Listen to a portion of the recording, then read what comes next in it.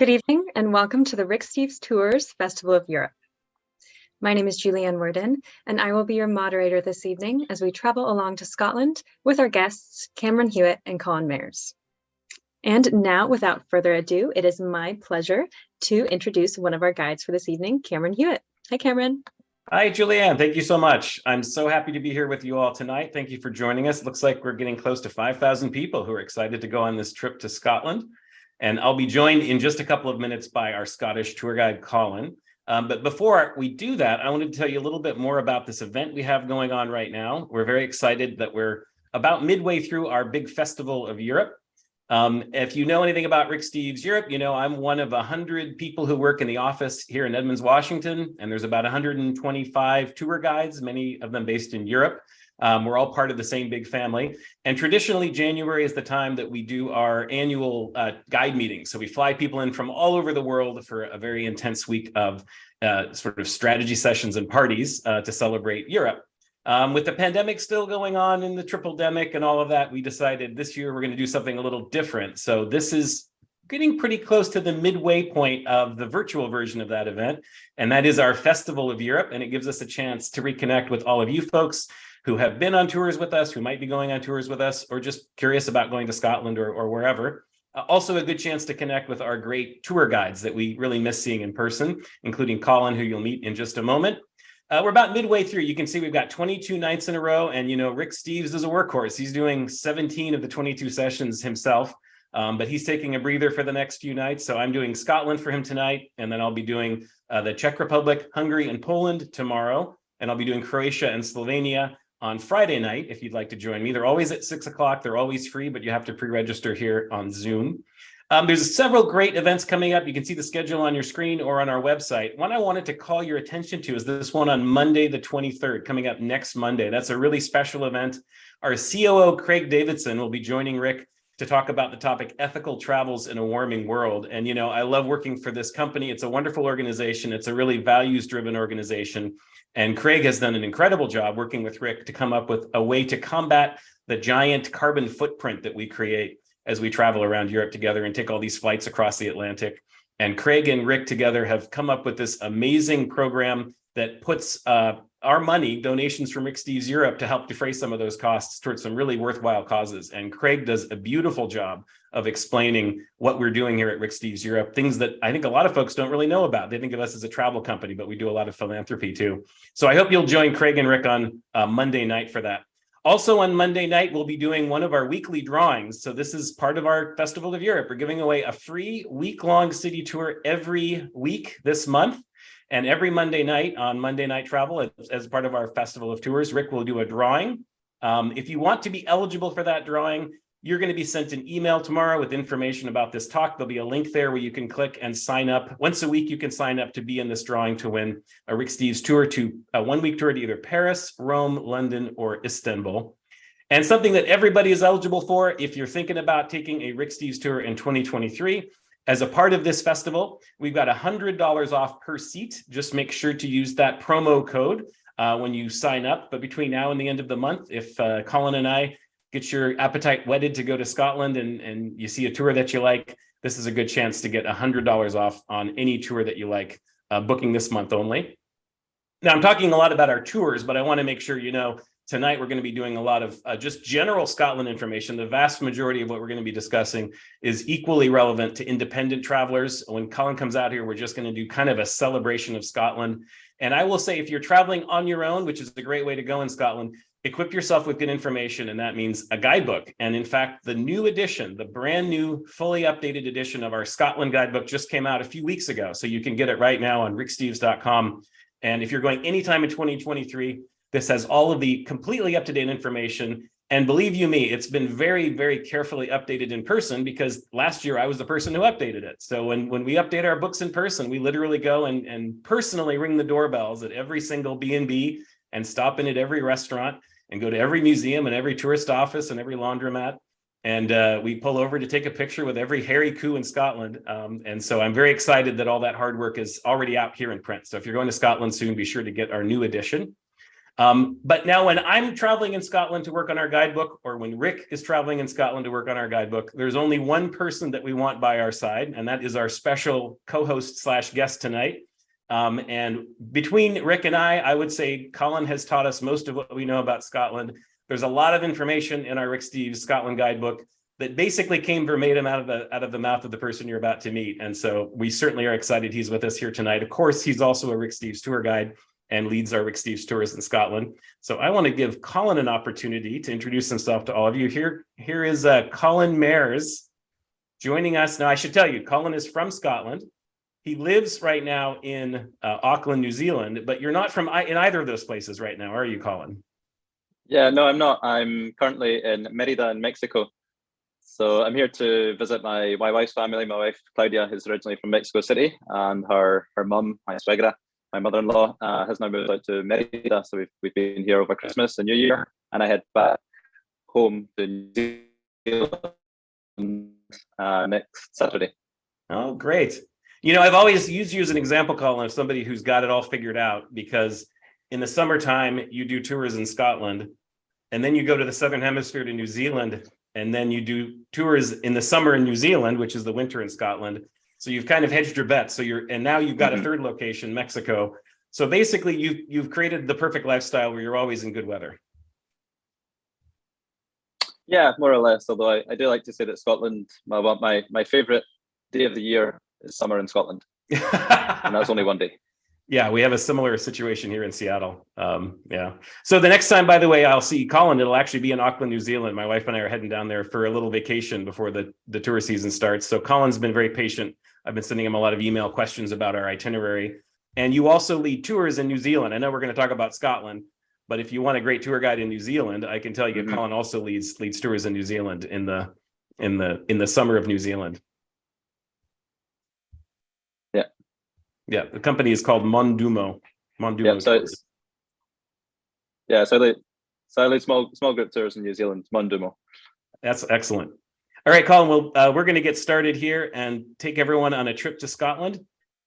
The first thing we want to talk about, though, quickly, as I said, we're going to be talking about our Rick Steves tours a little bit.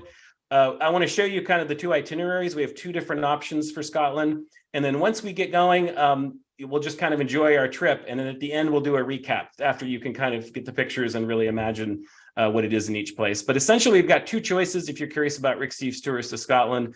The first one is our classic Best of Scotland in 13 days. And it's essentially a 2-week swing through the best of Scotland. It covers both of the big cities, Glasgow and Edinburgh. As you can see, we do a swing up through Oban, through the Highlands, and so forth. So basically close to 2 weeks in Scotland. And then we have a shorter version. If you have less time available, but you want to really see the highlights of Scotland, we have the Heart of Scotland in 8 days tour. And if you can imagine these two, you can see where the second one is just sort of a distillation, a simplification of the first one, starting up in Inverness in the Highlands and then working your way down to Edinburgh. So those are your two tour options if you're going on a Rick Steves tour to Scotland. But let's get going. Let's get traveling. And I guess the first thing I want to say is, if everyone just back at home, clear your mind and just think about what's the first thing that pops into your mind when you hear Scotland. And I'm guessing for a lot of you at home, it looks something like this, right? And the fact is that Scotland has a lot of kind of iconic symbols. It has a very big kind of, for a little country, it has a very big international brand. And there's a lot of things we associate with Scotland that are very vivid. Obviously, kilts and bagpipes are a big one. And I will say, as a travel writer and also as a tour guide, sometimes I struggle a little bit with this because Scotland also is really good at leaning into some of those, you could almost call them cultural cliches. You know, they're really good at selling people cheap mass-produced versions of this stuff. And it's understandable. I think for visitors to Scotland, of course, you're going to get taken in by the kilts and the bagpipes and all of these sort of symbols of Scotland. But that's why it's really wonderful to have a tour guide who can help you kind of get to the truth behind these things. I like to think of it in terms of like deconstructing cliches. We all know that kilts and bagpipes are associated with Scotland. But when you have someone like Colin, he can kind of talk us through, well, what's the real place that bagpipes and kilts have in Scottish culture? So Colin, if you could just tell us, starting off with bagpipes, tell us a little bit about the significance of bagpipes in Scotland. Yeah, so bagpipes and kilts, they're both really associated more with Highland culture. So a lot of the cliches of Scotland are associated more with the Highlands as opposed to the Lowlands. So bagpipes, yeah, I mean, they're played in different forms of a bag and a pipe in many countries throughout Europe and other places as well, like the Middle East. But the Scottish Great Highland bagpipe is probably the most famous one worldwide, the loudest as well. And it does really stir the heart of many Scots when they hear the drone of the pipes. And I think it stirs the hearts of many visitors as well. And it's when I close my eyes and think of Scotland, I hear these bagpipes, and often you see a lone bagpiper like this fellow here, all throughout, either in big cities or small towns, or sometimes out in the countryside. But something that's really special, if you can manage it, is to hear a whole a pipe band playing. It's amazing to hear quite a few of these bagpipes all playing at the same time. And let's talk about, Colin, this other kind of Scottish icon, which is the kilt. Tell us a little bit about the actual place that the kilt in the history it has in the history and culture of Scotland. Yeah, so the kilt, as we know it today, we actually sometimes refer to it as the modern kilt, but modern in this sense means mid 1700s. That's modern for us. So that's really when this garment worn at that length, just to the mid knee, it should be properly worn, started to be worn as such. Previous to that, it was something that was much longer, it went right down to your ankles. There was also more fabric on the top half, and that would be sort of bundled up during the day, thrown over your shoulder, and at night time you could unfurl that, wrap yourself up and go to sleep. So it's a bit like a sleeping bag that you wore all day long.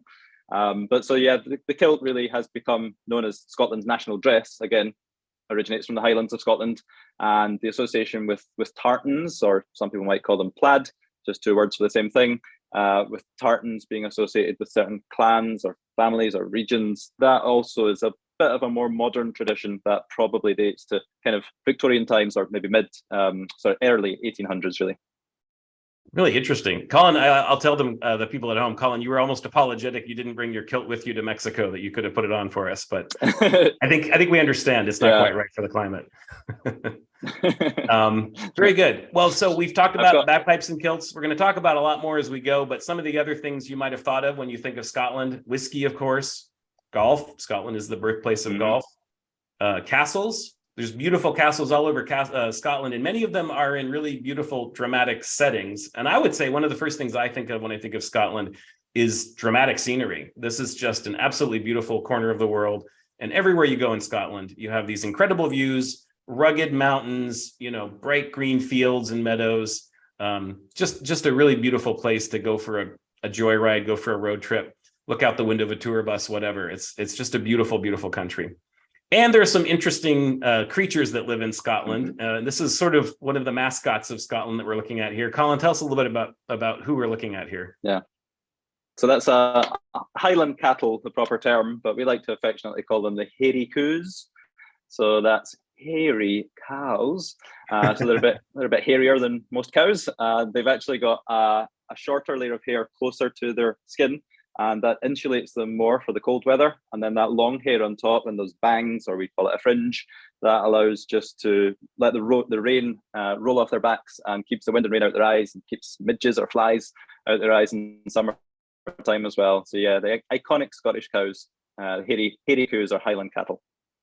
Yeah, and I will say, as a traveler in Scotland, you get a thrill, you get this rush of adrenaline if you're driving along and you see some hairy coos out in the field, and it's fun to run out and do a little photo op with some hairy coos.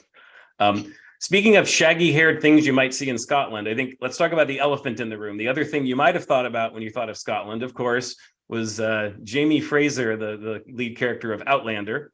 And look, let's just face it, Outlander is a big deal, and it's driving a lot of tourism right now in Scotland. I was kind of shocked when I was in Scotland this past summer how many you almost can't turn around without bumping into somebody who's there because they fell in love with Scotland watching Outlander. So just, Rick Steves Tours and Guidebooks, we don't cater specifically to Outlander fans, but we know that we'll have a lot of you on board, especially this year. So Colin, I'm curious, what are your thoughts as a Scotsman about Outlander? Do you think that it does a pretty good job of conveying Scotland? Yeah, I think it does. So in case anyone's not heard of it, Outlander's a series of books and then a TV series off the back of it. The book's written by an American lady called Diana Gabaldon. She actually did a really, really good job of being accurate to Scottish history. It is, of course, fiction, and there's a bit of time travel in there, no spoilers, but it's accurate to history, and I think she did a bit of a better job, at least, than Mel Gibson's depiction of Scottish history with Braveheart.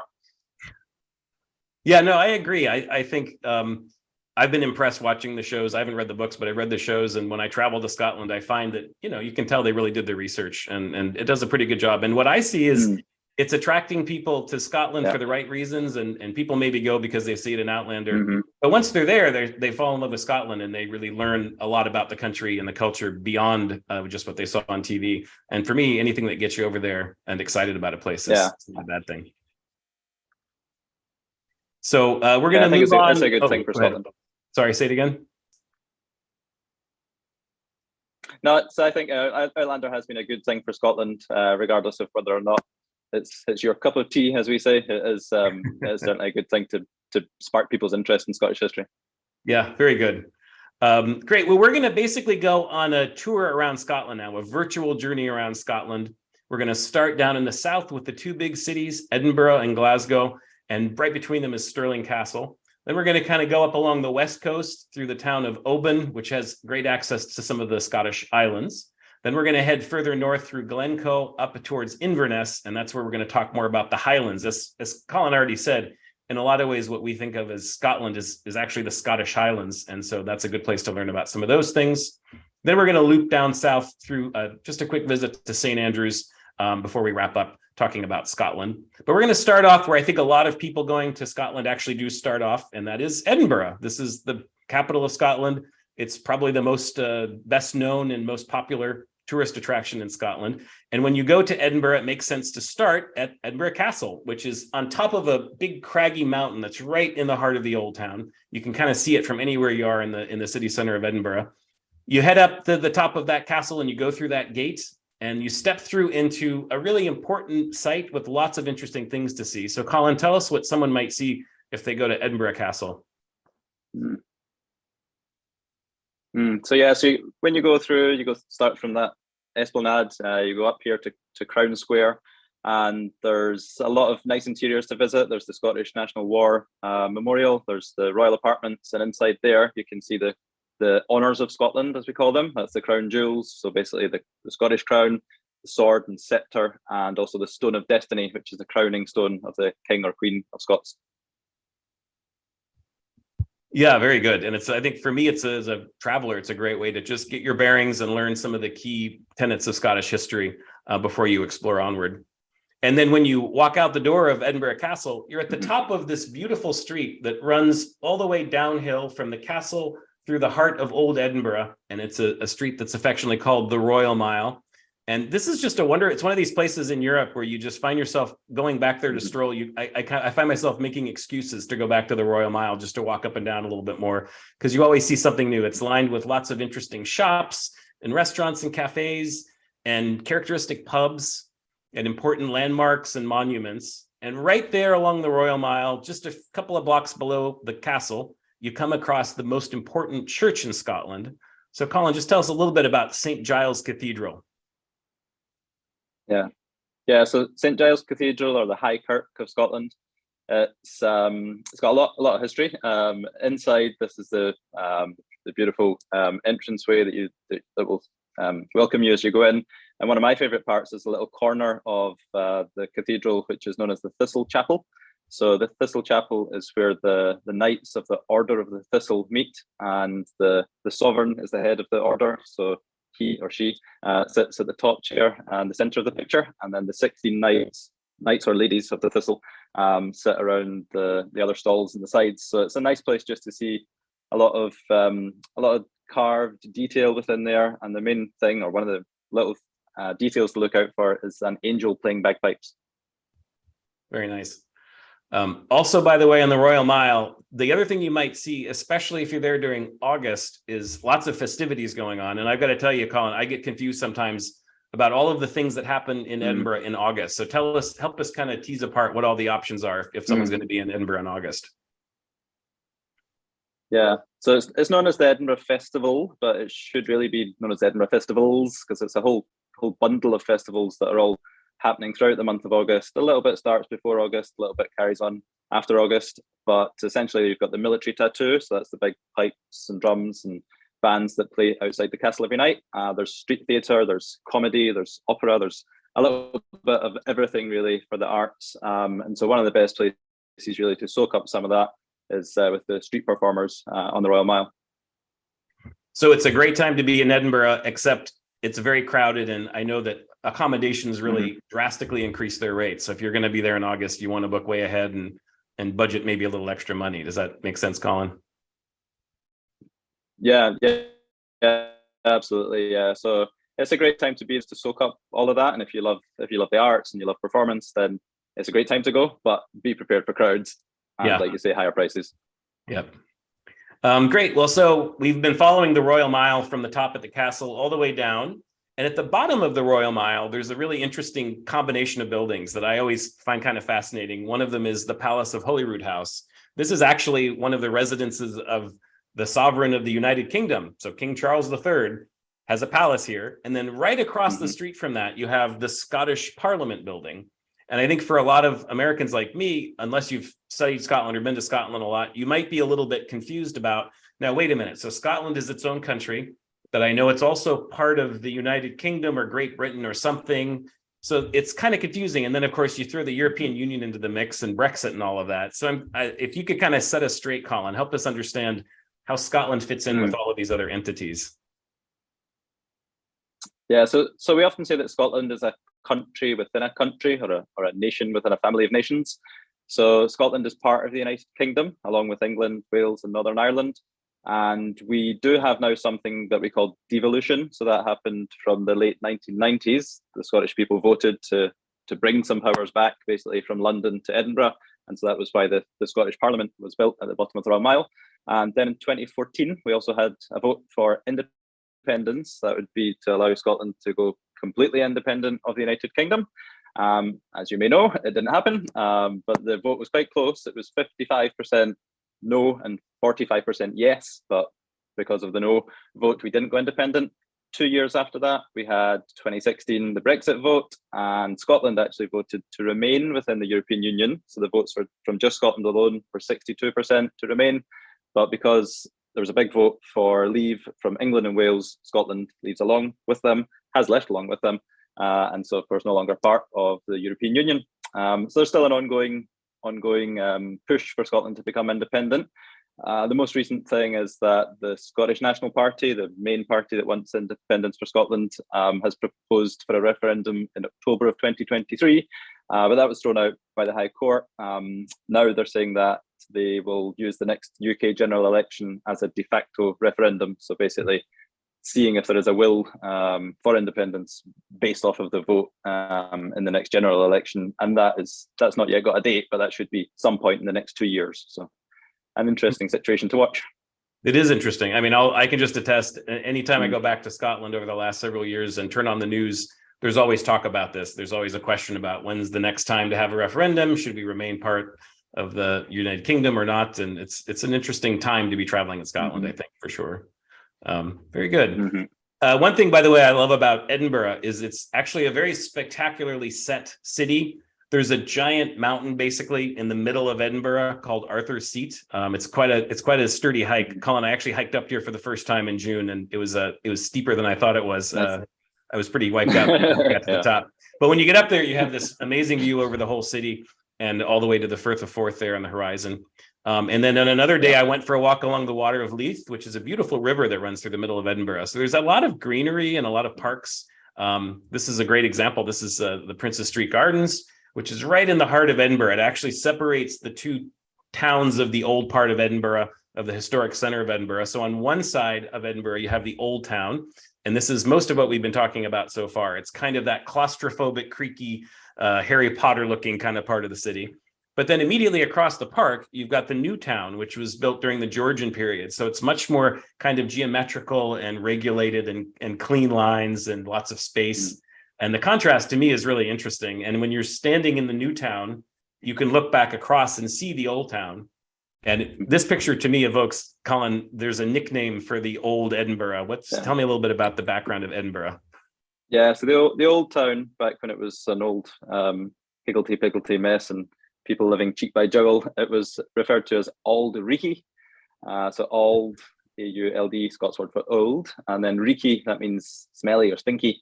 So you can just imagine the conditions those people were living in, and the town stank, and the coal fires, of course, all the stone was black with the soot from the coal fires. So I think people are quite relieved, or the wealthy people wealthy enough to move from the old town are quite relieved when they built the new town. They could move out to those spacious and beautiful houses in the new town. And you really see the contrast today as a visitor too. By the way, another great thing about Edinburgh before we leave this city is it's got some wonderful sightseeing. Right in the foreground of this picture, kind of tucked behind that beautiful building, is the Scottish National Gallery. And I love going to the National Gallery in any country. And like in a lot of countries, Scotland's National Gallery has some beautiful European paintings from kind of all the big European names. But I really prefer to go to the Scottish galleries in the National Gallery, because then you really get to see Scottish painters and the way that they've kind of represented Scotland on canvas. There's some really beautiful works there that I think tell you a little bit more about Scottish identity. There's another great museum, the National Museum, and this is sort of the Smithsonian of Scotland. You could spend all day touring this place. It's got huge exhibits about history, about science, natural history, everything you can imagine. But the thing I really love about Edinburgh that I think it does particularly well, and I think Scotland in general does this really well, are kind of smaller, more intimate museums. So all along the Royal Mile, you find, for example, little courtyards. You wander down this little courtyard and you realize there's this sweet little building that's the house of the Scottish Writers Museum. And, you know, for a little country, Scotland's had a huge literary impact. So this building you see here on the left is actually celebrating three great Scottish writers. So there's, Walter Scott, there's Robert Louis Stevenson, and there's this guy who, as a foreigner, I would call him Robert Burns, but you might have a different name for him, wouldn't you, Colin? Yeah, we call him Rabbie. So Rabbie is the Scots way to say Robbie. So he's Rabbie Burns. He's our national bard, our national poet. And he wrote many, many works in his lifetime. Probably one of the most famous was about Scotland's national dish. And so it's called Address to a Haggis. Would you like to hear a little bit? I would love to hear a little bit, yes. Sure. I'll give you the first lines of Address to a Haggis. Okay. Let me stand for this moment. Drum roll, please. So please just imagine that I've got a hot steaming haggis here. I couldn't find one in Merida. I thought about using a taco, but I thought that might not work. Fair fur, your honour, sonsy face. Great chieftain o' the puddin' race. Aboon the ma, ye tak your place. Pinch, tripe, or therum. We love you worthy o' a grace, as lang's my arm. Oh wow, Colin, that was just wonderful. I don't quite know how to put this, but people do speak English in Scotland, right? Because am I wrong? But that's not straight English. That's something a little bit different. Not English. It's Scots. So okay. So it's one of the three official languages of Scotland. We've got Scots, English, and Gaelic. So Gaelic's the Celtic language. But Scots is its own language. Some people debate whether it's a language or a dialect, but I'll say it's a language. And yeah, basically it's similar roots to English, but just like English has Old English, like Shakespeare wrote in Old English, Robert Burns wrote in Old Scots. So today we have modern Scots, and some of those words in that poem might be used in modern Scots, but a lot of them have kind of gone out of fashion. But we have a lot of terms still used in Scotland today that are just Scots and not English. So there's a lot of words I think we foreigners think of as being Scottish words. So there's words like lad and lassie and bonny and wee.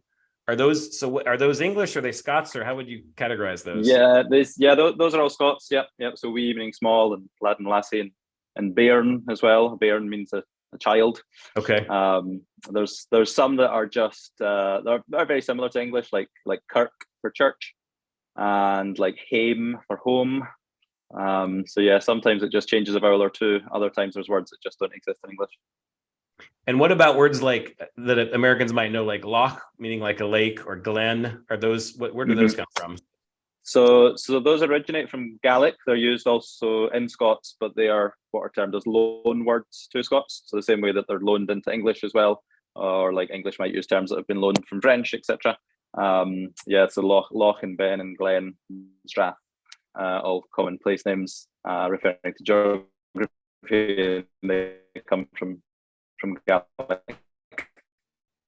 Okay, wow, that's a lot of languages for a little country, but it's as a traveler, I have to say I really enjoy hearing Scottish people speak, whether it's the Scottish accent of English or whether it's Scots, and occasionally you hear Gaelic as well. And in any case, it's really an impressive thing. So let's get back to our slideshow. And we're going to leave Edinburgh behind and move along to the other big city of Scotland. And, it's tempting to think of Glasgow as the second city of Scotland, but actually that's not true at all, because Glasgow is the biggest city. It's bigger than Edinburgh. That surprises a lot of people. And it definitely has its own personality. It's quite different from Edinburgh. And, Colin, we've got a native Glaswegian here. You're from Glasgow. Do you want to take a crack at sort of explaining the differences between Glasgow and Edinburgh? I think we've got a frozen screen here. Colin's doing the best. One of the here he goes. Best phrases that we often use to show the difference between Glasgow and Edinburgh.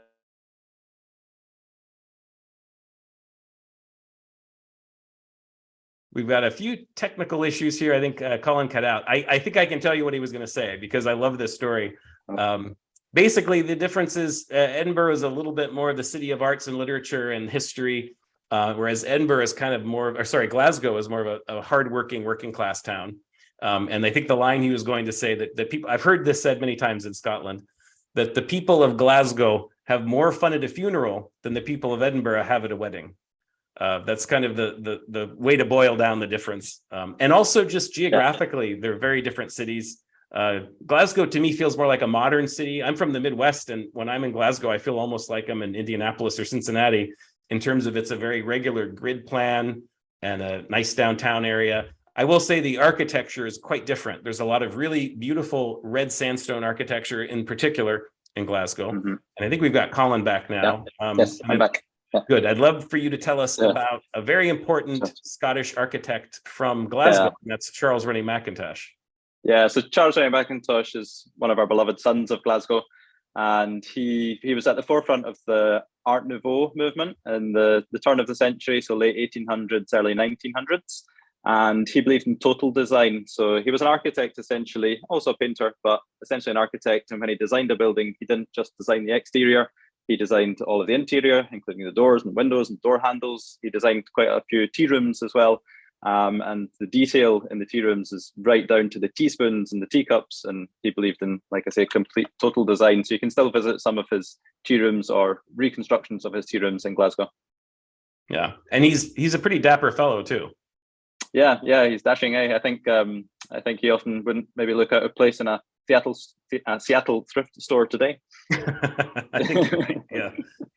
Well, and I think Charles Rennie Mackintosh, even though he lived 100 years ago, he represents sort of an artistic spirit that I really like about Glasgow. When you walk around the streets of Glasgow, there's lots of really interesting street art. There's really beautiful, quirky murals, and a lot of them have kind of a funny sense of humor. I find Glasgow is a city that doesn't take itself too seriously, and it's very relaxed, and they have great sense of humor. This is a mural that I spotted this summer that dates from COVID periods, where it's the animals rallying in support of the lockdown. They say, keep the humans locked up. And there's a lot of that in Glasgow. It's a place that doesn't take itself too seriously. So you might be walking through downtown Glasgow, and here's the Gallery of Modern Art, which is a very important stately building. But there's this equestrian statue outside. And what is that on the statue's head, Colin? Yeah, a traffic cone. And is the Duke of Wellington, so an important military figure. But there's a tradition that started probably late 80s when somebody just put a traffic cone on his head. We thought it was quite funny. It got taken down. Someone put it back up again. It got taken down, put it back up again, and now it's just permanently there. So yeah, he's the main one that will have a traffic cone. Some of the other statues in George Square might now and again have a traffic cone, but it should just be him. He's the original and the best. So Duke of Wellington with the traffic cone on his head, I think, does represent the Glasgow humour, and we don't take ourselves too seriously. Yeah, that's one of the things I love about the city. It's just a very accessible place and really nice, wonderful people. And there's great sightseeing too. We mentioned in Edinburgh some of the great museums. There's some wonderful ones in Glasgow as well. This is the Kelvin Grove Gallery, which again is kind of a combination of an art gallery and a history museum and a science museum, everything under one roof. And one thing I love, I was touring this a few months ago, and there's this very famous and important Dali painting. And a few steps away, I came across this Elvis, and it's a great example of how Glasgow just doesn't take itself too seriously. It doesn't put on airs. Yeah, there's a lot of little fun things in the Kelvin Grove as well. So it's a great place for kids. And that's one of my favourite works is the Elvis. I think it's called Return to Sender. And I think that probably a lot of Glaswegians can relate to that image there of Elvis. That's many a Glaswegian on a Saturday night singing karaoke. That's great. Great. So we're going to now leave the two big cities, Edinburgh and Glasgow. And before we head really deep into the Highlands, we're going to go sort of to the boundary between the lowlands and the Highlands to a beautiful town called Stirling. And Stirling also has one of the most important castles in Scotland. Colin, tell us a little bit about Stirling Castle. Yeah, so it's always been known as the key to the kingdom, or the linchpin of Scotland. So an important strategic location. It's on that boundary between Highlands and Lowlands, more or less in the middle between East and West. So it was always said that he who held Stirling held the key to the kingdom of Scotland. So a lot of important history there. Much similar layout really to Edinburgh Castle, and upon a volcanic rock as well. And it's the important history of Stirling Castle as well. It was the childhood home of Mary, Queen of Scots. Yeah, and one thing I like about it as a traveler is they've done a beautiful job of recreating some of the historic rooms. So it sort of helps recreate what it would have been like to live there during that time. And then also, like you said, it's super strategic. So from Stirling, you've told me within a few miles, some of the most important battles in Scottish history have taken place.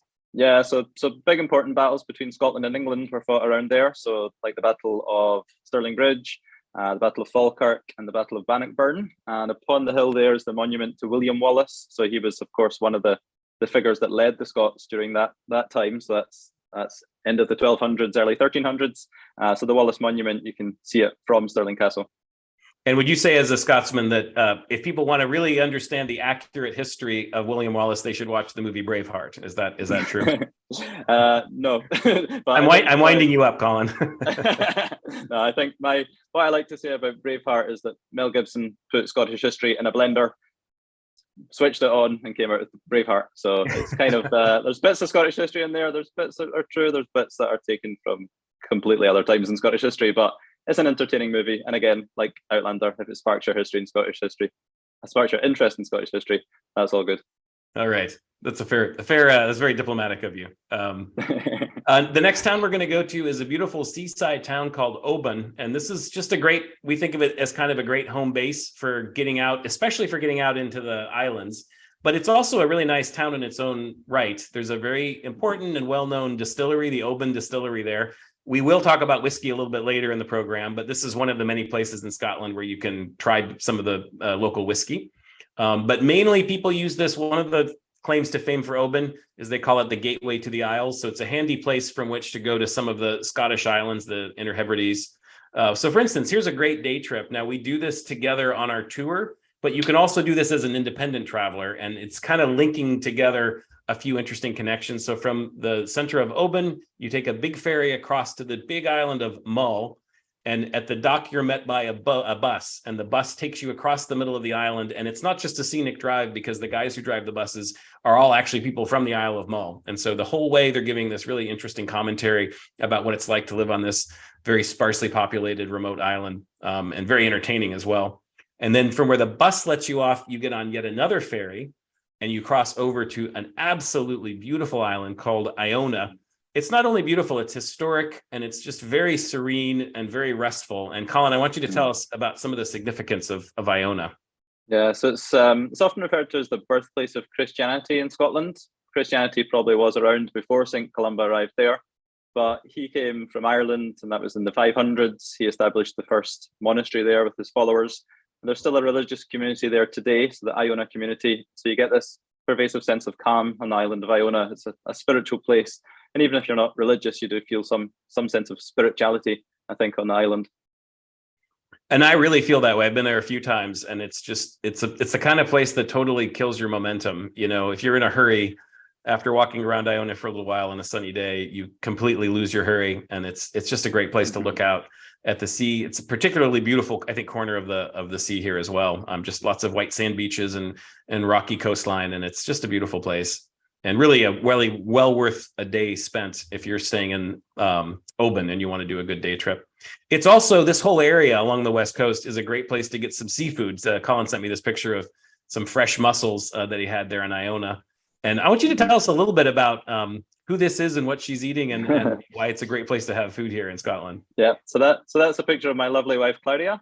And this was after our day trip out to Iona, and we got back to Oban, went straight to one of my favorite seafood restaurants there, and we ordered just a huge seafood platter. So I think this was just at the starters. We got some oysters in the foreground there, and then Claudia's holding a king prawn.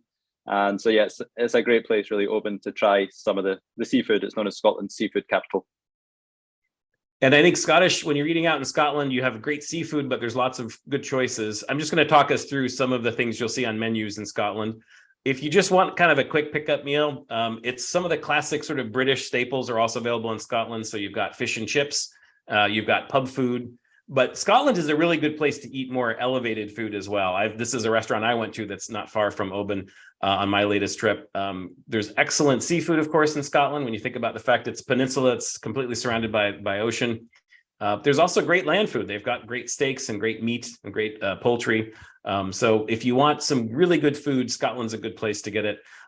And I've also really enjoyed, especially in some of the more cosmopolitan cities, even in some of the smaller towns, you get some great international flavors as well. This is an amazing dish that I had at a restaurant in Glasgow. So I would say in general, Scottish food it's very high end. It's pretty posh nosh, as the locals like to say.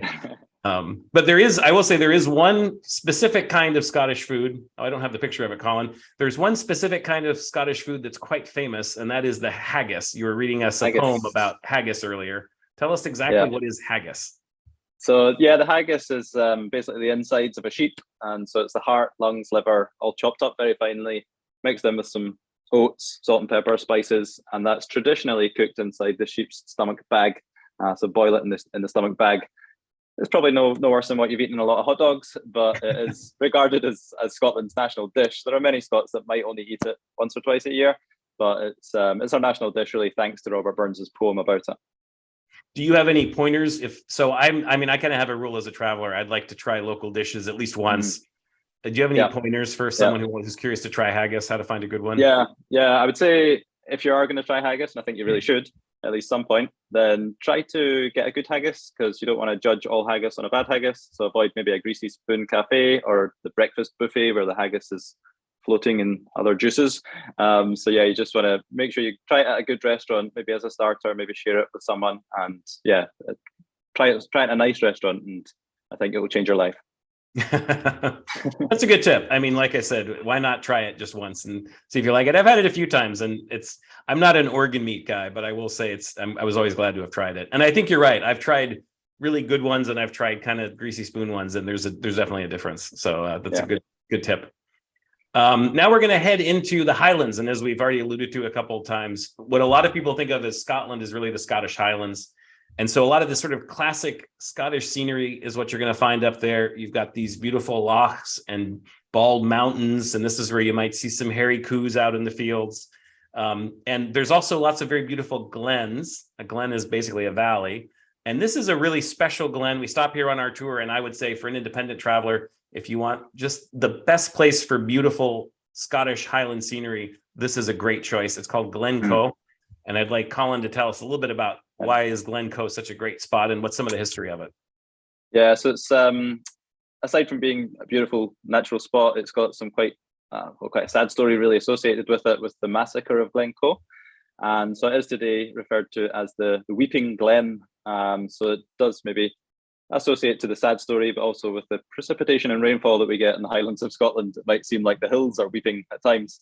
But the massacre of Glencoe was in 1692, when members of the Clan MacDonald that lived in this valley were massacred, murder under trust, killed by people that came to stay with them, and they were led by a Campbell. So it's often painted as a Campbell versus MacDonald rivalry, but the Campbells, or the Campbell that led them, he had the order from the king to put the MacDonalds to the sword. And so that sad story, is remembered in Scottish minds today. And I've been in Glencoe in all different kinds of weather. And in Scotland, you really have to be prepared for all kinds of weather. And, sometimes I find it even more beautiful in the rain than it is in nicer weather. And it's partly because of what you're describing. If it's raining, you see all of these sort of rivulets coming off of the mountains, and you really understand that name, the Weeping Glen. Very beautiful place. Yeah. A good hub for seeing the Scottish Highlands is Inverness, which is really the capital of the Highlands. It's up in the northern part of the country. In fact, on our tours, we spend a couple of nights here as a really handy home base in order to kind of go out and see some important side trips. But in Inverness itself, it's kind of a low impact town. There's not a lot of great sightseeing, but one thing that they do very well in Inverness is live music. It's one of many Scottish cities where you can really enjoy some traditional live music. Colin, tell me a little bit about the live music scene in these places. Yeah, so there's a number of pubs really in the city in Inverness where you can check out some great bands just for the cost of a beer. This is in one pub called the Gellions. So there's always music in there. Well, most nights of the week, more so throughout the weekend. And then you're going to look for the traditional music. So in some pubs, they might just be playing pop covers and different things, but just ask if it's going to be traditional music. And then you can really seek out the best ones. So we've got this one in the Gellions. I think you've got another slide. This one's in McGregor's, another great pub, which is one of the owners of McGregor's is a really talented musician in his own right, Bruce McGregor. So that's a really great place to check out. Local musicians and also visiting musicians that are passing through will often stop off to jam in McGregor's.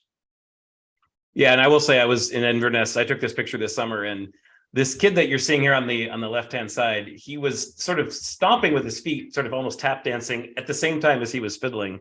And I'm sure this is a Scottish tradition. I had never seen it live, and it absolutely blew my mind. And by the end of it, his face was just bright red. And I spent quite a lot of time in McGregor's because it was just so much fun to be there, surrounded by all this lively traditional music.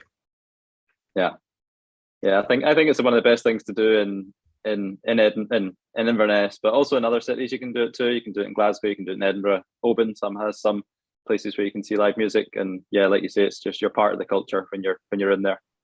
Yeah, something worth seeking out when you're in Scotland for sure. Now, another thing that's very close to to Inverness is a very convenient and very important side trip. This is really just 15-20 minutes drive outside of the city center of Inverness, and that is the battlefield of Culloden. And if you know anything about Scottish history, you probably have heard the name Culloden. If you know anything about Outlander, you've probably heard the name Culloden. But it's really important when you go to the battlefield of Culloden, you actually get to learn the history and see the place that this all happened. And I'm curious, all of this has to do with this gentleman, the Bonnie Prince Charlie. And Colin's going to tell us a little bit more about Bonnie Prince Charlie and the Battle of Culloden. So this is a young Bonnie Prince Charlie in this picture, and he was the leader of the Jacobites at the Battle of Culloden. So it was a battle between the Jacobites on one side and the British government forces on the other side. And he was the grandson of the deposed King James. So he was deposed back in the late 1600s. That started the Jacobite risings, the Jacobite from the Latin for James Jacobus. And basically those risings carried on from around 1690 right up until the Battle of Culloden in 1746. And when you actually go out to the battlefield of Culloden, it has this really fantastic state-of-the-art museum with high-tech exhibits. And it's a great visit, whether you're with a tour or whether you're on your own, because you start by walking through the museum and you really learn the whole story of the Jacobite Rising and Bonnie Prince Charlie. And then you learn the story of the battle itself and where exactly the forces were that faced off against each other. And then you walk out the back door and you can actually step out into the real battlefield. And when you have a great tour guide, they can lead you through and show you, we just saw in the museum how this worked. This is where these things actually happen. So as you walk through the battlefield, you see these sort of grave markers. This is very, very powerful because, as I understand it, the clans kind of fought together, of course. So all of the members of Clan Fraser would have fought together. And in many cases, they fell together. And so these markers mark the place where that clan basically fell. This one has lots of fresh flowers because here again, this is an Outlander connection. This is the name of the lead character in Outlander. But in general, it's a very, very powerful place. Tell me, Colin, I know it's an important battle, but how would you sum up the significance of Culloden in Scottish Highland history? So yeah, historically it was the last land battle fought on British soil, and it was really the battle that ended the old Highland way of life. So after Culloden, there were certain bans imposed by the British government. So a ban on speaking Gaelic, on playing the bagpipes, and on wearing tartan. So things that really represented Highland life. And it also was the moment where the clan system of the Highlands really was dismantled after Culloden. There were clans that fought on both sides, on the Jacobite side and on the government side. And so the clans that had favoured the government had fought for the government. They were given lands from clans that had fought on the Jacobite side. And so basically the the clan chiefs then just became landowners, and that really changed the old way of life in the Highlands. Wow. So this was really a turning point in a lot of ways for all of Scottish history. Yeah. And there's huge repercussions that came after it, with people leaving the Highlands, going overseas, and it's a huge monumental event for not only Scottish but world history. It's one of those places when you're actually standing out in this battlefield, provided you understand the story, you find yourself getting goosebumps thinking about what an important place this was. It's really an amazing place. It's one of many day trips that you can take from Inverness. Another popular day trip is to go to Urquhart Castle, which is one of many ruined castles. This one's very scenically set on the shores of Loch Ness. And I would say you could spend some time at Loch Ness looking for an imaginary creature, or another great day trip from Inverness is to see a real life Scottish creature that's also incredibly talented. And this is really a highlight, I think, for a lot of folks on our tours. Again, it's possible to do it on your own if you know where to go. But this is basically, we go out to a traditional rustic farm and do a sheepdog demonstration. So we're met by Neil, who's an actual sheep herder. And he's got these incredible dogs that he's been raised and trained and so forth. And just through, Colin, explain this to me. Like, how do these dogs know how to herd these sheep?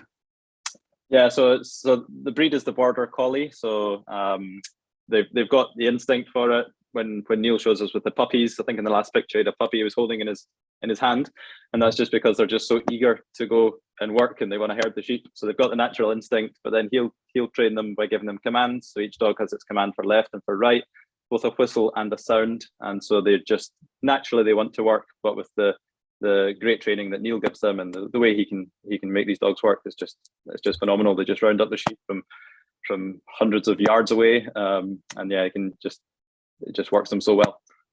Yeah, I mean, for me, this is one of the most entertaining and fascinating things I've seen, not just in Scotland, but anywhere. I mean, it's really, it's very exciting to watch this happen, the way these dogs can work in concert and they follow his commands perfectly, even if they're hundreds and hundreds of yards away. And then, it's a real working farm. So the dogs will herd the sheep over, and Neil's actually got a shepherd's crook, and he'll grab one of the sheep and pull it over, and he'll shear the sheep. And sometimes you'll actually allow some of the visitors to take a turn using the shears on the sheep. And this is just such a fascinating experience. If you're lucky, at certain times of year, you might even be able to feed the lambs. And if you want to pet one of those puppies, again, at certain times of year, there's going to be puppies hanging out, learning the trade. Yeah. And this is just a really magical moment, I think. Yeah, and I think for a lot of people when they visit there, it's just the moment to get their puppy fix. And if people are missing their dog from back home, which I was when I was leading tours last summer, it was a nice place to have a bit of puppy time. Absolutely. I know it's always I've been told by people who've fallen in love with puppies here, it's so tempting to just kind of try to slip it under your jacket and see if you can get it home from customs. Yeah. But I wouldn't advise that. Great. The other thing that's near Inverness, it's one of many excellent places in Scotland to try the whiskey. And specifically, there's an area called Speyside, which has a really high concentration of whiskey distilleries. And I promised you earlier we're going to talk about whiskey. So now is Colin's chance to tell us all about Scottish whiskey. So Scotland, of course, is known for Scotch worldwide. Anywhere I travel in the world, when I tell people I'm from Scotland, one of the first things often they say is, "Oh, Scotch whiskey." So even if they know nothing else about Scotland, they know about whiskey and the brand Scotch. So I think on the next slide, we've got the regions of Scotland. So there's officially 5 regions. Sometimes people add on a 6th, like we have on this map. So Islands is the 6th one that is sometimes just included as part of Highlands. Then we've got Speyside, that region where we're talking about where we visit a cooperage, and there's about half of all the distilleries in Scotland within Speyside. Islay is the island just a bit further south of Mull and Iona, and that's where some of the peatiest whiskies come from. Campbelltown's a small region that just has a few whiskey distilleries today, and then Lowlands, where Glasgow and Edinburgh are located, of course, and there's now quite a number of distilleries popping up in the Lowlands. So Scotch whiskey's at an all-time high, actually. We've now got around about 140 distilleries in Scotland, and about 40 of them have popped up actually since the millennium. So it's real boom time for Scotch whiskey and for whiskey tourism. Now, when you say peaty, explain exactly what that means. Peaty, I think for people that don't know a lot about whiskey, that's like smoky, right? Yes, yeah. So peat, P-E-A-T, is decomposed plant matter. So it's like coal, a few thousand years younger than coal. So it's decomposing in the ground. You can dig it out in lumps, chuck it on the fire, and it lets off a sweet, smoky smell. So when that's used in the malting process, that smoke, that aroma from the smoke gets into the grain, and so that stays when it becomes whiskey. So some Scotch whiskies, not all, have a bit of peatiness to them, so that earthy, smoky smell. And I'll mention there's a lot of distilleries around Scotland where you can actually tour the distillery and see the whole process from beginning to end. We mentioned the one in Oban, for example, is a well-known one. I found this summer that they're very popular, and Scotland's really busy. So you should probably book ahead if you want to go tour a distillery, do a little homework, figure out where you want to go. And it's always wise to reserve a few days, a few weeks even ahead, just to make sure you get in. And you see all the different stages. And I love one of my details I love, Colin, is the idea that over time, as whiskey ages, it loses a certain percentage of its volume through natural evaporation. And there's a wonderful poetic way of describing that. It's known as the angel's share. So it's about 2 to 3% a year that evaporates out the barrel, goes to the angels. And we've got very happy angels over the distilleries in Scotland. Very good. And we've got both a dram of whiskey, Cameron and myself, for a little toast at the end. So we've got one. So I was going to say, if you have a dusty old bottle of Scottish whiskey, or maybe a well-used bottle of Scottish whiskey, pour yourself a dram, because when we're all finished, we're going to do Colin's going to do a traditional Scottish toast for us. So this is a good chance to get that ready. We're sort of in the final stretch here. And by the way, in addition to seeing the distilleries, you can also go to a cooperage. And so this is actually in Speyside, not far from Inverness. We take our tours here. Whiskey ages in these barrels, and you can go see them assemble the barrels at this cooperage. But it's the origin of the barrels can be kind of surprising. Tell us a little bit about where the barrels come from, Colin. Yeah, so the vast majority of barrels that are used to age spirit that will become Scotch whiskey, they actually come from the US. So they're bourbon barrels. So there's a rule that bourbon has to age in new charred oak barrels, and they can only be used once. And so after they've been used once for aging bourbon, they're sent to other places, and a lot of them come to Scotland. So we're very happy for that. We'll receive in the staves flat packed, and usually the coopers, you can see a couple of them working away there, they'll take those staves, add in a few more, and make it slightly bigger. And so it's a real craft. These coopers, are just fascinating to see them work. Yeah, and as I said, get ready to join us in a toast at the end. I think this is a big part of traveling in Scotland, is trying different whiskeys, and now's your chance to dig some out of your liquor cabinet and join us in a few minutes here. I just wanted to say, speaking of the Highlands, we haven't talked a lot about towns or villages other than Inverness. And one of the nice things I think about the Highlands is there's lots of really interesting, beautiful villages and small towns, and it's fun to just explore. And I would almost go so far as to say it doesn't matter which town or village you stay in. For example, this is Dunkeld, which is one of the villages that one of our tours stays in. But it almost doesn't matter which one, because they all have so much charm and they have so much personality. And any of them can be a great home base for all of these Highlands activities that we've been talking about the last few minutes. One really special Highland activity we wanted to mention before we leave the Highlands is the Summer Highland Games. And I think for me, I've been lucky enough to attend a couple of these in the summertime in Scotland. And it's just a wonderful celebration of Highland culture. And it's got this sort of endearing small town charm. And it's very vivid and very culturally rich. And so basically what it is communities all over Scotland each pick a weekend that they're going to have their Highland Games. And I describe it for an American point of view as sort of a combination of a county fair and a track meet. So you have, in one part of the area, you've got Highland dancers performing and competing. And then you have foot races going on around the track. And then I think the centerpiece for a lot of people, what they think of with the Highland Games, are these feats of strength. You have these big kilted strong men who are showing how tough they are. So Colin, tell us a little bit about kind of the history of these games. Yeah, well, they say the origins of the Highland Games were back when the king, back in medieval times, was choosing his strongest warriors. So really these feats, which we call the heavies, they're the ones that really you see the big guys competing in. And nowadays, actually, they don't just come from Scotland or from that one local community, but people come from all over. They come from Europe, Northern Europe, a lot of them, Poles and Germans, and they come to compete for some quite big cash prizes in some of the bigger Highland Games. Do the Poles and Germans wear kilts also? Yeah, they do. Yeah, they'll all wear a kilt. Sometimes not quite at the right level. They'll wear it a bit too low, but yeah, they make an effort. Great. Yeah, and I would say if you're going to Scotland in the summertime, these usually take place July or August. Sometimes you might have some in late June or very early September. It's really worth looking online. And I just do a Google search for Scottish Highland Games calendar or schedule for 2023. and find out, look at your itinerary, look at who's doing Highland Games when, and see if there's any places where they line up. I've been known to actually change my itinerary if I notice there's a Highland game going on, and I can sort of reverse these 2 stops to make sure I'm in town for this Highland Games. It's really worth making a priority when you're planning your trip. And if our tours happen to be in parts of Scotland where Highland Games are going on, of course, we'll try to include those, or at least point you in the right direction so you can do it on your free time. It's really a delight. Now, the last destination we'll mention in Scotland, kind of as we're leaving the Highlands and heading back to the big cities of Glasgow and Edinburgh, we'll talk about one more stop. And golfers do not need to be told what this is. This is the old course at St. Andrews, the birthplace of golf. This is the famous Swilcan Bridge, kind of a classic scene of the golf course, basically where golf was invented.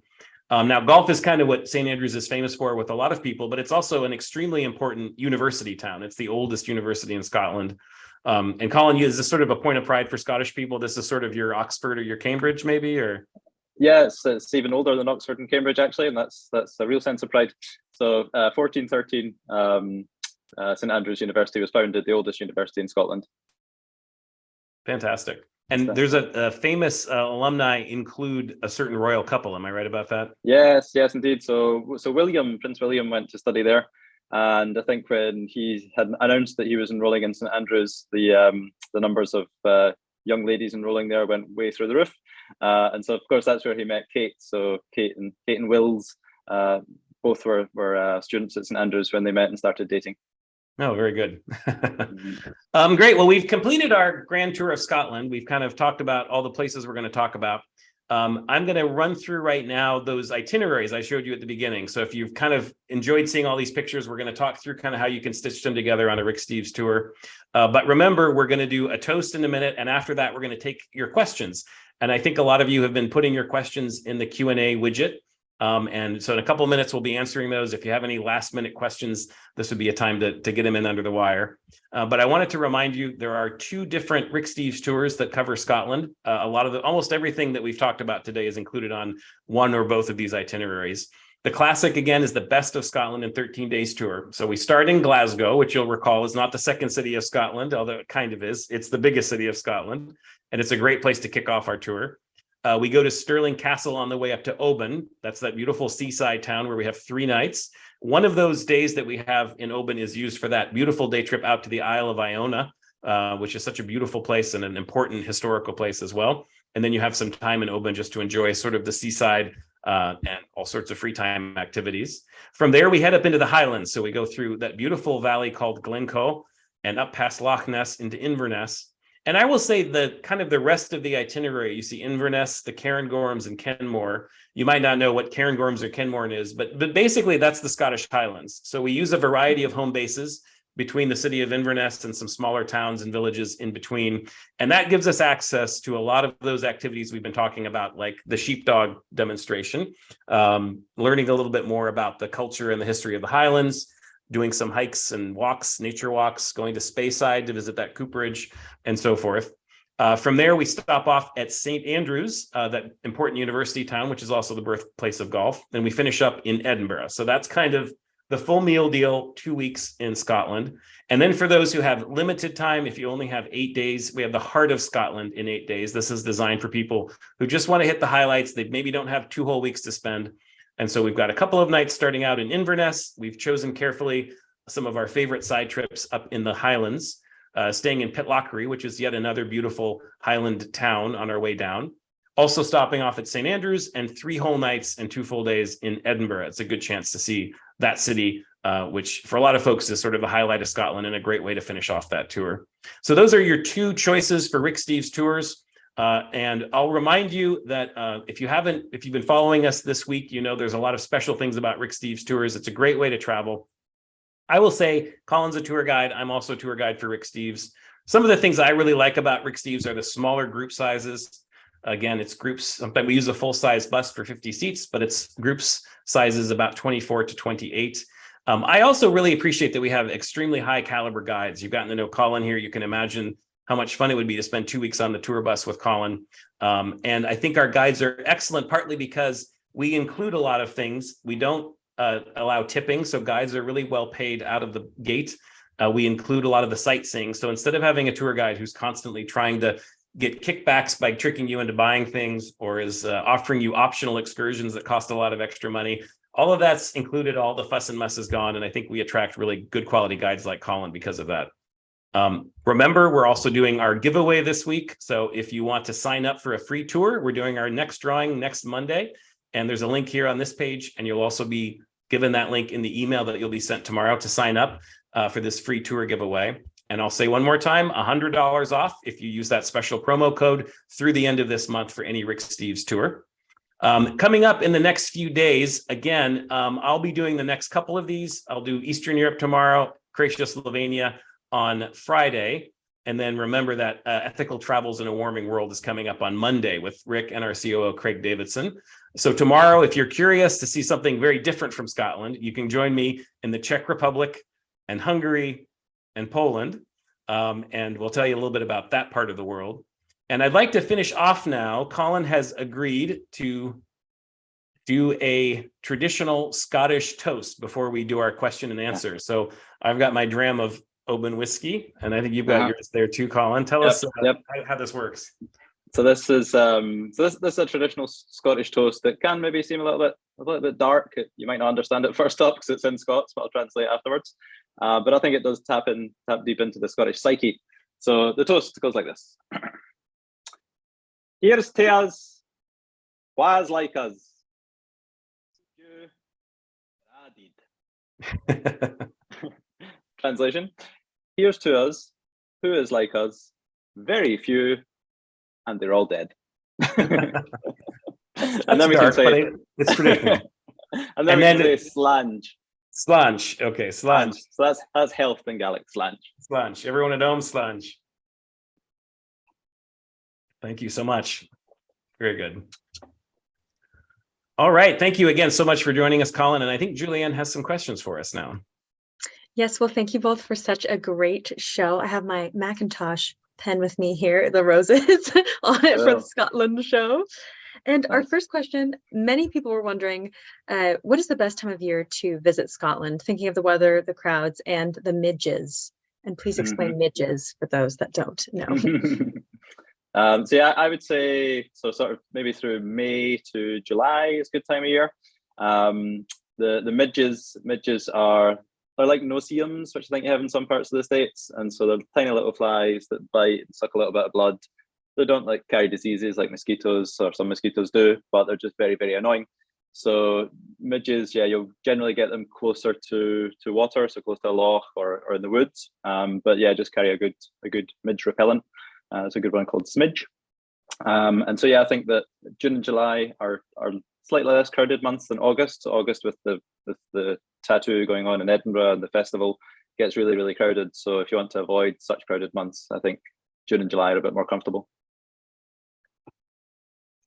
And Valerie was wondering, amongst others, do you need a car to get around Scotland, or is public transportation good? So I think, like anything, cars going to give you a lot more freedom and flexibility. There is a good train network. There are good buses as well. So buses through CityLink, trains on ScotRail, and so you can see, of course, the big towns. That links up all the big towns.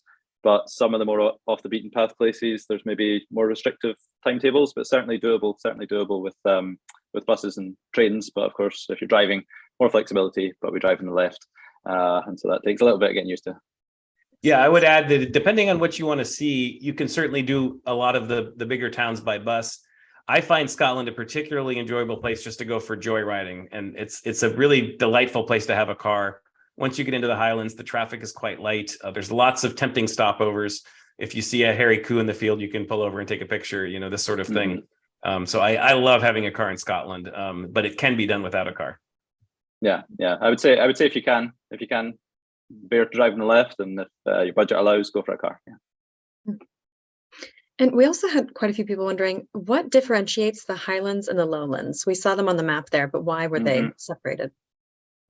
So there's a geographical or geological fault line that cuts through Scotland. So it's a diagonal line going sort of through. It goes through the Isle of Arran, it goes through Loch Lomond, and it cuts off just north of Aberdeen. And so that is basically a fault line where two plates sort of crushed together, and it created the mountain building, which created the highlands. Highlands. And so, yeah, geographically or geologically, there's the difference between Highlands and Lowlands, and then also culturally. So traditionally, it was that separation between that diagonal line cutting across Scotland where Highland and Lowland cultures meet. And of course, we saw the kilts tonight, which is the traditional Highland dress. Catherine was wondering, is there typical Lowland attire? There's not actually. So in actual fact, like William Wallace, he came from the Lowlands. He came from just outside of Paisley, which is north of Glasgow. And so Mel Gibson depicts him wearing a kilt and dressed like a Highlander, but he probably wore pants. So yeah, Lowlanders wear pants. And I just have to give a plug for Cameron's book here, because he talks about his experience in the Highlands, in the festival there. And Cameron's book, The Temporary European, is really great. It's just a collection of his travel stories, and it's a really fun read. So I highly recommend. It's available at ricksteves.com, amongst other places. Thank you. As usual, I referred to call. I wrote my little chapter about the Highlands games, and I always have to check with Colin. Sorry, if you remember, Colin, I sent you an email when I was working on that. Did I get this right? Yes. Yeah, Colin I do remember that. Yeah. Has such a gift for kind of whittling down and making sure that he's got just the right information. Everyone loved the Robbie Burns, is it, poem that you recited, Colin? But I don't think any of us could understand it. Could you give a rough translation into something we would understand? Yeah. Yeah, I'll give it a go. I don't have the translation in front of me, but yeah, something like so. So it starts with "Fair fu, your honest sonsy face." So fair and full is your beautiful face. So the poem is to the haggis, so basically saying that haggis is beautiful. So fair fu, your honest sonsy face, great chieftain for the puddin race. So great chief of the puddin, mean like pudding, like meaning food in general. So great chief of all foods. Weel are you worthy of a grace? You are very worthy of a grace. So saying grace. Weel are you worthy of a grace? Fair your honest sonsy face, chieftain of the puddin race. Weel are you worthy of a grace? As lang's my erim. So then the last line was as lang's my erim, as long as my arm. So you're worthy of a grace as long as my arm. So basically, it's kind of introducing the poem, I guess, as such. In that opening lines, basically saying you're such a great food that that we're going to celebrate you. Well, a love story to haggis. Lovely. Let's see. And besides haggis, Richard was wondering, are there any Scottish dishes or even snacks to try, or drinks maybe besides whiskey? Yeah, so probably drinks wise, we've got a drink that we refer to often as Scotland's other national drink. So it's a soft drink called Iron Brew, so IRNBRU. So a soft drink like Coca-Cola, a soda. And so it's the highest selling soft drink in Scotland, outsells Coca-Cola. So that would be one drink to try. Food wise, yeah, aside from the mussels, anything else that comes to mind for you, Cameron? I mean, Scottish shortbread it's a bit of a cliche, but I love Scottish shortbread. It's a treat whenever I'm there. Yeah, there's a lot of sweet foods. So things like we've got tunnocks, tea cakes, little marshmallow on the inside, biscuit on the base, and chocolate around it. Tunnocks wafers as well. A lot of desserts as well. Like there's a traditional dessert called cranachan. So cranachan is oats with honey and cream, and then raspberries on top. The thing I love, Colin, is it's the creamy fish soup, and I forget the name of it. Yes, yeah, Cullen skink. Cullen skink. Oh, that's Cullen delicious. Skink. Yeah. So it's a bit like a chowder, but Scotland's take on chowder. And I've had it with a really nice smoky. It's got fish, but it's got kind of a smoky flavor to it. It's very satisfying on a cold, blustery day, which happens a lot in Scotland. Yeah, and with a big lump of bread with a lot of butter on it. Yeah. Yeah. It sounds good, but the name is not selling me on it. What is it? Cullen skink. Cullen skink. Yeah. Let's see. We did have a couple people wondering. We showed the Isle of Skye on the map, but we didn't talk about it today. Or the tours don't visit as well. Why don't we visit the Isle of Skye on our tours?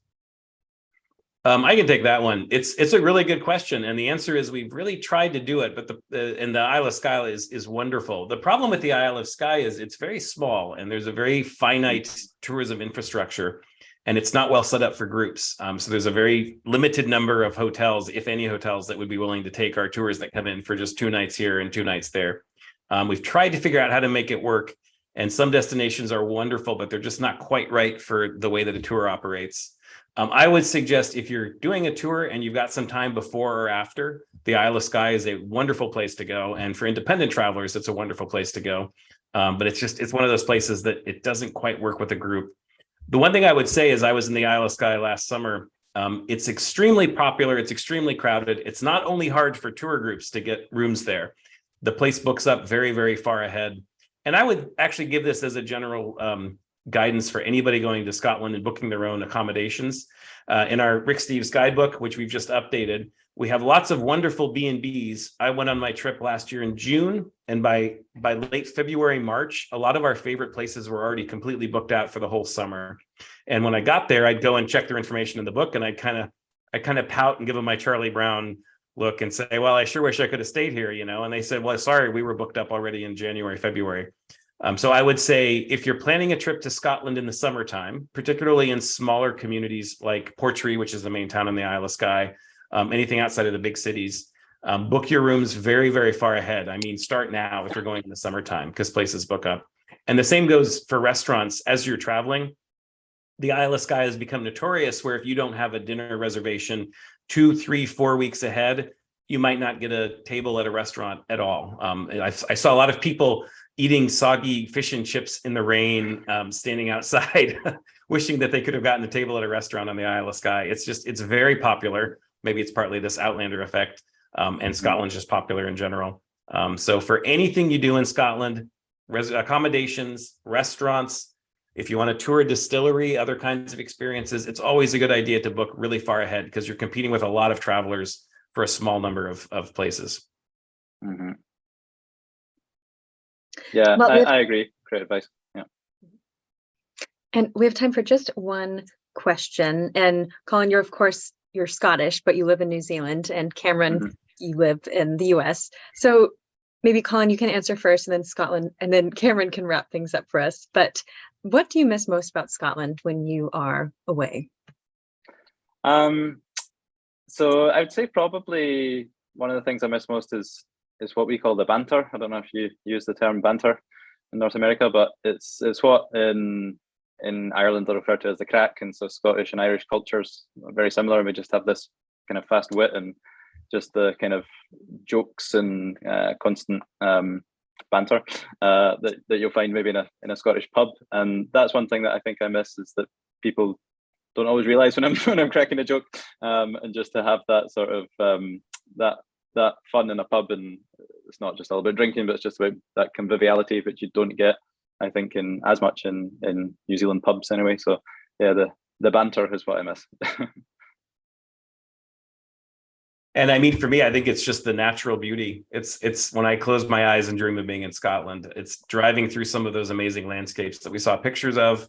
Glencoe, when I was there this summer, I would create excuses. I would fabricate excuses for myself to drive back and forth up and down the valley. It only takes 5 or 10 minutes to go from one end to the other. I've had so many wonderful days behind the wheel driving around Scotland. Doesn't matter if it's sunny or if it's drizzly or if it's blustery. Just looking out the window, enjoying the amazing scenery, finding something interesting on the side of the road, going into a pub or a shop, having some of that blather that Colin was talking about. Scotland, just it's a wonderful place just to kind of explore. Scotland is its own best attraction. We can talk about Edinburgh and Glasgow and Stirling Castle, but I think Scotland is really its own best attraction. Mm-hmm. All right, and that is all the time we had for questions. So Cameron and Colin, thank you so much for joining us. Cameron, do you have any final words? If not, I can say goodnight to everyone. I'll just say once again, thank you so much for Colin. I get Colin and Scotland mixed up because in my mind, Colin and Scotland are synonymous. As I said, yes. Colin has been instrumental in our work on our guidebooks and also in our tour program. And we're very lucky that we pried him away from his family vacation in Mexico tonight to join us and tell us a little bit about his home country. So just thank you so much, Colin, for being there and telling us all about such a wonderful place. Well, thanks so much for having me. I've really enjoyed having some virtual time in Scotland. So thank you all. All right, thank you both. And we hope to see everyone tomorrow. Cameron will be back as we explore Eastern Europe. So it will be a very enjoyable show. Thank you, everyone. Good night. Thank you. Good night.